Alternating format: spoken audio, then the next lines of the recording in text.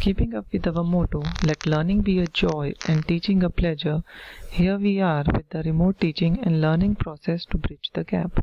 Happy learning to all students. Hello students, welcome in today's online history session. In the last session, we started chapter 3 of history and covered the following topics. Establishment of East India Company, British and Marathas, subsidiary alliance, Chhatrapati Pratap Singh. Today we will continue that chapter and cover the following topics. Effects of British rule, and under that we will study dual government, parliamentary laws, civil services, military and police force, judicial system. So let's begin with dual government.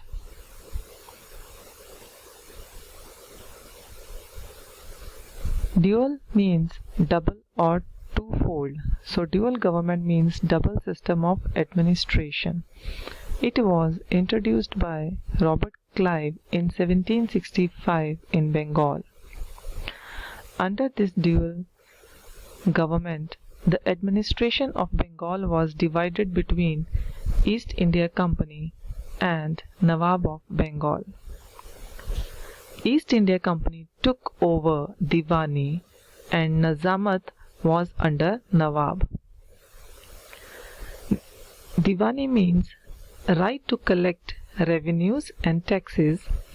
Nizamat means to maintain peace, law and order. So, the company undertook the work of revenue collection, whereas the Nawab of Bengal had to maintain law and order in his area and take care of the need of the people. But ill effects of dual government system could be seen after certain time. The company increased the taxes and money in the form of taxes went into the pockets of the company officers. The monopoly of trade in India was given to East India Company. This resulted in the downfall of Indian traders and merchants. They were reduced to beggars and officials of the company became extremely rich. Many trading companies in England envied them. It means they did not like this. The working system of East India Company was criticized in England, and British Parliament introduced some important laws to keep control over the company. So what were those parliamentary laws? Let's see. The first one is the Regulating Act of 1773. According to this act, the Bengal governor came to be known as Governor General. Warren Hastings became the first Governor General of India. He is Warren Hastings.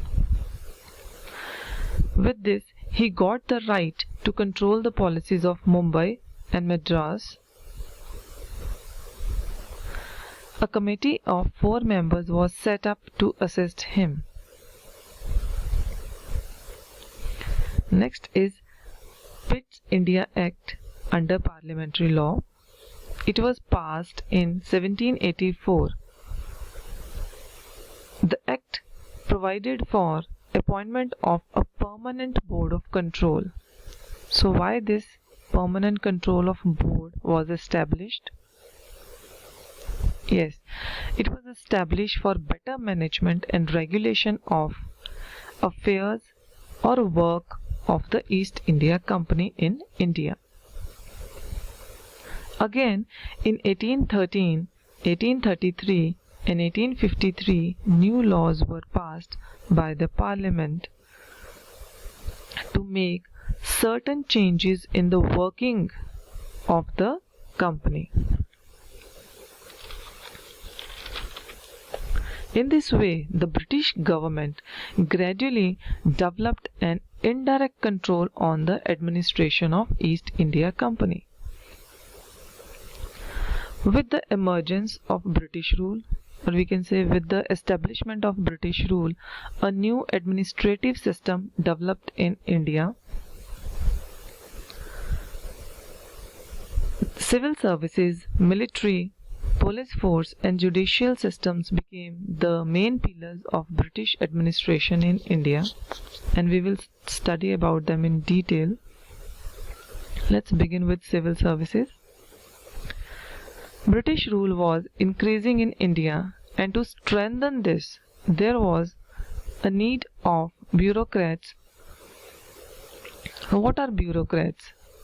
Bureaucrats are those government officials who run the government at ministerial level or at district level. They have the responsibility of actual implementation of government policies. Whatever policies the government make, they help them to implement. So, Lord Cornwallis introduced bureaucracy. Now, bureaucracy is a system of administration of government, how the government works.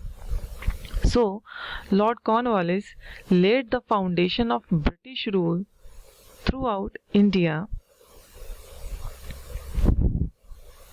and civil services became an important part of the British rule. He restricted the private trade, and for this he increased the salary of the company officers. Why he did so? Because when he came in India, company was running in loss, but the employees of the company was making profits with private trade without caring for the company. So he stopped this private trade by increasing their salary. For the convenience of the administration, he divided the British occupied territories into districts, and the district collector was the chief of the district administration. So his main responsibility was to collect revenue, giving justice, maintaining law and order in his district. These officers, or we can say these civil servants, were appointed through competitive examination known as Indian Civil Services. The Civil Services examination is a national level competitive examination in India and one of the toughest examination. These are conducted by UPSC, Union Public Service Commission, for the recruitment of IAS, IFS and IPS officers. IAS, IFS and IPS are the three branches of civil services.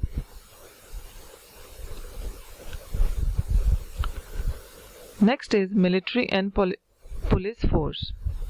All of you are very much aware of the duties of military and police, so we will see what they used to do in the British rule.